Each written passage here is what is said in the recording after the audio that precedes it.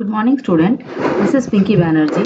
Today we will deal with flip-flop part 2, D flip-flop. Last lecture में हमने flip-flop किसे कहते हैं, फ्लिप-फ्लॉप के कितने प्रकार हैं हमने पढ़ा था और एसआर फ्लिप-फ्लॉप के बारे में जाना था। आज हम डी फ्लिप-फ्लॉप के बारे में पढ़ेंगे। In SR flip-flop, an uncertain state occurred. This can be avoided by using D flip-flop. Here D stands for data. हमने देखा था SR flip-flop में एक uncertain state था। uncertain state क्या था? जब हम लोग SR flip-flop में 1-1 दे रहे थे तो हमने देखा था कि not use state था, मतलब उस state को हम लोग यूज नहीं कर पा रहे थे। तो उस प्रॉब्लम को हम डी फ्लिप फ्लॉप के द्वारा दूर कर सकते हैं। यहाँ डी डेटा स्टैंड करता है। Okay, D stands for data. It is constructed from SR flip flop. The two input S and R of the clocked SR flip flop are connected to an inverter. जो दो input हमारे SR flip flop के होंगे वो एक inverter के द्वारा connected होंगे। It is one of the most widely used flip-flops. It has a clock signal as an one input and data D as another. There are two outputs and these outputs are complement to each other.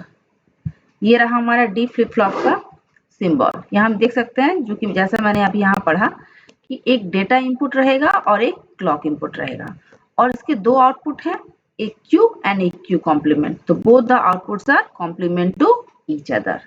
तो ये हमारा D flip flop का क्या है, symbol है। अब हम देखेंगे कैसे हम एक क्लॉक SR फ्लिप फ्लॉप से D फ्लिप फ्लॉप में कन्वर्ट करेंगे और इस अनसर्टेन जो स्टेट है SR फ्लिप फ्लॉप को, उसको हम लोग अवॉइड करेंगे। तो ये हमारा D फ्लिप फ्लॉप है यूजिंग NAND गेट। हमने पहले NAND गेट के द्वारा ही SR फ्लिप फ्लॉप बनाया था, तो अब हम लोग उस SR फ्लिप फ्लॉप को D फ्लिप फ्लॉप में कन्वर्ट करेंगे। तो यहाँ तक अगर हम लोग देखें तो ये हमारा SR फ्लिप फ्लॉप है, ये हमारा SR फ्लिप फ्लॉप है। क्लॉक ये पोर्शन हमारा क्या है, NAND गेट से बना हुआ SR लैच है। जब क्लॉक लगा दिया तो ये हमारा SR फ्लिप फ्लॉप बन गया इतना दूर। जब ये S और ये R इनपुट था, ये S और ये R इनपुट है। जब हमने क्या किया, एक नॉट गेट से इन दोनों को जोड़ दिया। तो जब नॉट गेट से जोड़ दिए तो क्या हो गया, ये S है और ये R है और दोनों क्या है, कॉम्प्लीमेंट टू ईच अदर हो गया। हमेशा यहाँ अगर S में अगर 1 है तो ये 0 होगा, ये 0 है तो ये 1 होगा। तो इस तरह से अगर हम इस SR फ्लिप फ्लॉप की इस मॉडिफिकेशन को देखें तो हमें कभी भी 1-1 जो स्टेट है वो कभी मिलेगा ही नहीं। ये जो हमारा 1-1 स्टेट है SR का, 1-1 जो स्टेट है वो कभी मिलेगा ही नहीं, क्योंकि ये S और ये R हमारा है। तो इनको हमने नॉट गेट से जोड़ दिया तो हमेशा जो है एक दूसरे का कॉम्प्लीमेंट मिलेगा। तो कभी भी जो है हमें 1-1 स्टेट मिलेगा ही नहीं या 0-0 स्टेट मिलेगा ही नहीं। ठीक है, तो ये हमारा क्लॉक है। तो अब इसको हम लोग स्टडी करते हैं। तो ये जो मेरा ये जो SR फ्लिप फ्लॉप है जिसके दोनों इनपुट को हमने एक नॉट गेट से जोड़ दिया, ये जो मॉडिफाइड फिगर बना है इसी को हम लोग डी फ्लिप फ्लॉप कहते हैं। ठीक है, तो अब इसको देखेंगे कि कैसे ये मॉडिफाई हो रहा है। तो हमारा हमारे पास क्या है, क्लॉक है, S है, R है और ये Qn+1। ये Qn+ मतलब हो रहा है, n+1 मतलब हो रहा है कि नेक्स्ट स्टेट, मतलब अगर Qn अगर ये अगर एक नंबर स्टेट है तो दूसरा जो है सेकंड जो होगा वो दूसरा स्टेट होगा, मतलब 1+1 2 हो जाएगा। नेक्स्ट स्टेट तीसरा क्या होगा, 2+1 3 हो जाएगा। इस तरह से जो है नेक्स्ट स्टेट करने के लिए इसको हम लोग क्या किए हैं, अगर Qn अगर प्रीवियस स्टेट है, पहले वाला स्टेट है, तो नेक्स्ट स्टेट क्या हो जाएगा, Qn+1 हो जाएगा। इसलिए हमने यहाँ पर Qn+1 लिखा है। यहाँ पर सिमिलरली Q डैश मतलब Q कॉम्प्लीमेंट n+1 लिखा है। तो ये स्टेट बता रहा है कि मेरा आउटपुट क्या है। तो क्लॉक हो गया S एंड R। अब हम लोग देख रहे हैं क्लॉक को 0। क्लॉक को जैसे हम यहाँ 0 करेंगे तो हम जानते हैं क्लॉक को अगर 0 करते हैं तो ये NAND गेट में अगर इनपुट कोई भी एक इनपुट 0 होता है तो मेरा आउटपुट जो है वो 1 होता है। तो मेरे पास यहाँ क्या मिलेगा, 1 मिलेगा। यहाँ सिमिलरली इस नैंड गेट के इनपुट में भी 0 है तो ऑब्वियसली यहाँ भी आउटपुट 1 मिलेगा। तो यहाँ 1 है, यहाँ 1 है, इसका मतलब है कि जैसे ही 1 1 मिल गया तो हम लोग ये जानते हैं ये क्या है, एसआर लैच है। तो 1 1 मतलब ही हो रहा है कि मेरा क्या हो जाएगा कि प्रीवियस स्टेट जो है वो रह जाएगा।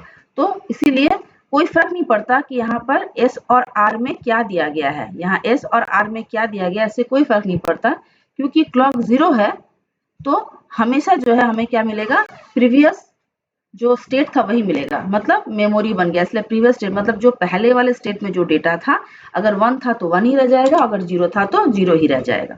इसलिए हमने लिखा है इसे QN, लिखा है QN, मतलब नेक्स्ट स्टेट QN+1 जो है वो भी QN ही रह जाएगा, पहले वाला स्टेट रह जाएगा। सिमिलरली जो है Q'(n+1) भी Q'(n) ही रह जाएगा। अच्छा, तो पहले इसका मतलब है क्लॉक जब तक क्लॉक 0 रहेगा, ठीक है सर, फ्लिप फ्लॉप में हमने यही देखा था, जब तक क्लॉक 0 रहेगा तब तक एस और आर में क्या दे रहे हैं, यहाँ पर जो भी रहे, इसमें 1 रहे, 0 रहे, 0 रहे, 1 रहे, कोई फर्क नहीं पड़ता है, हमेशा जो है वो क्या करेगा, ये जो सर्किट है वो प्रीवियस स्टेट में कायम रहेगा, वो रखेगा। अब हम लोग देख रहे हैं क्लॉक को 1 कर दिए, तो जैसे क्लॉक को 1 कर दे रहे हैं तो हम देख रहे हैं कि जस्ट पहले जैसा क्लॉक को अगर 1 करते हैं तो यहाँ पर 0 0 स्टेट जो कि एस और आर 0 0 वो तो कभी होगा ही नहीं, 0 0 तो होगा ही नहीं, जब यहाँ 0 देंगे तो यहाँ 1 हो जाएगा, तो ये तो एप्लीकेबल ही नहीं है, इस सर्किट के लिए एप्लीकेबल नहीं है, ये एप्लीकेबल नहीं है। सिमिलरली इस सर्किट के लिए ये वाला भी एप्लीकेबल नहीं है, 1 1 भी एप्लीकेबल नहीं है।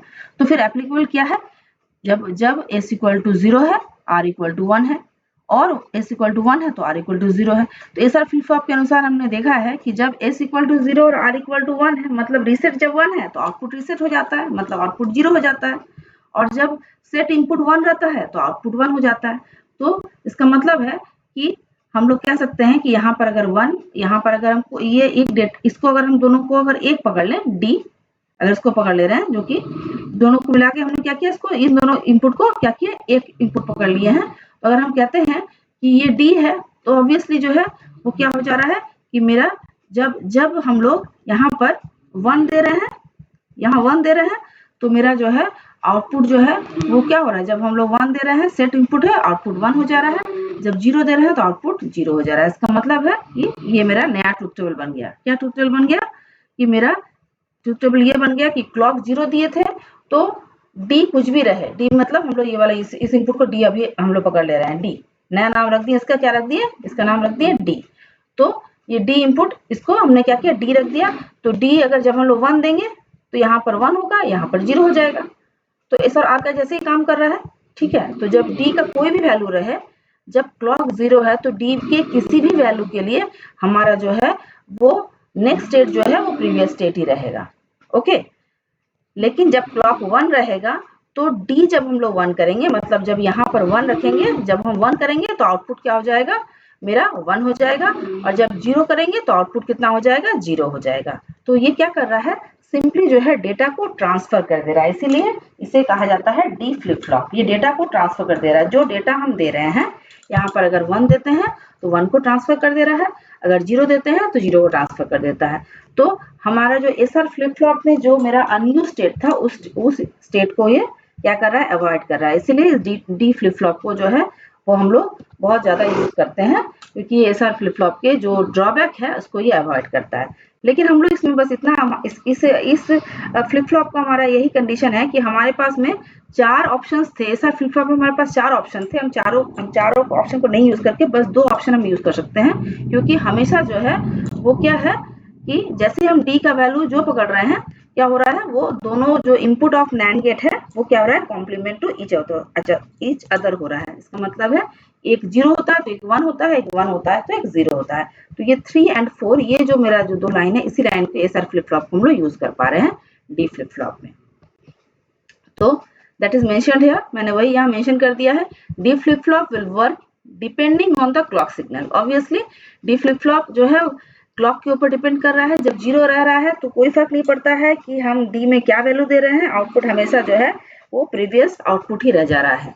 When the clock is low, जब हम लोग लो कर दे रहे हैं तो क्या हो रहा है, there will be no change, कोई चेंज नहीं हो रहा है। जैसे पहले बताया, जब क्लॉक को हाई कर दे रहे हैं तो क्या हो रहा है, when the clock is high and if it receives any data on it's data pin, it changes the state of the output. अगर वो डेटा जो पिन है, मतलब डी जो मेरा पिन है उसमें कोई डेटा रिसीव करता है तो क्या कर रहा है, वो स्टेट को चेंज कर दे रहा है। when the data is high, जब हाई हो रहा है, that is d equal to जब 1 हो रहा है तो क्या हो रहा है, आउटपुट जो है मेरा q जो है सेट टू 1 हो जा रहा है। when q is reset to 0 then data is low। तो क्या हो जा रहा है, जब d 0 है तो आउटपुट 0 है, जब d 1 है तो आउटपुट 1 है। तो ये डी फ्लिप फ्लॉप था, जो कि बहुत ही आसान फ्लिप फ्लॉप है। हम लोग इस फ्लिप फ्लॉप से डी फ्लिप फ्लॉप में आराम, एसआर फ्लिप फ्लॉप से डी फ्लिप फ्लॉप में आराम से चेंज कर सकते हैं जब हम लोग दोनों इनपुट को एक नॉट गेट से जोड़ दे रहे हैं। लेकिन इसमें क्राइटेरिया यही है कि हम 4 ऑप्शन हमारे पास में, पहले 4 हमारे पास में ऑप्शन थे कि एसआर को हम 0 0 0 1 1 0 एंड 1 1 पकड़ पा रहे थे। लेकिन यहाँ पर हम लोग बस 2 ही कंडीशन यूज कर सकते हैं कि या तो डी 0 होगा या डी 1 होगा। तो ये हमारा डी फ्लिप फ्लॉप हो गया। अब हम लोग नेक्स्ट क्लास में जो है जेके फ्लिप फ्लॉप पढ़ेंगे और उसमें हम देखेंगे कि कैसे हम एसआर फ्लिप फ्लॉप के चारों जो ऑप्शंस हैं 0 0 0 1 1 0 एंड 1 1 चारों को हम यूज कर पाएंगे। Okay, so see you in the next class. Thank you. Please do like, comment, share and subscribe.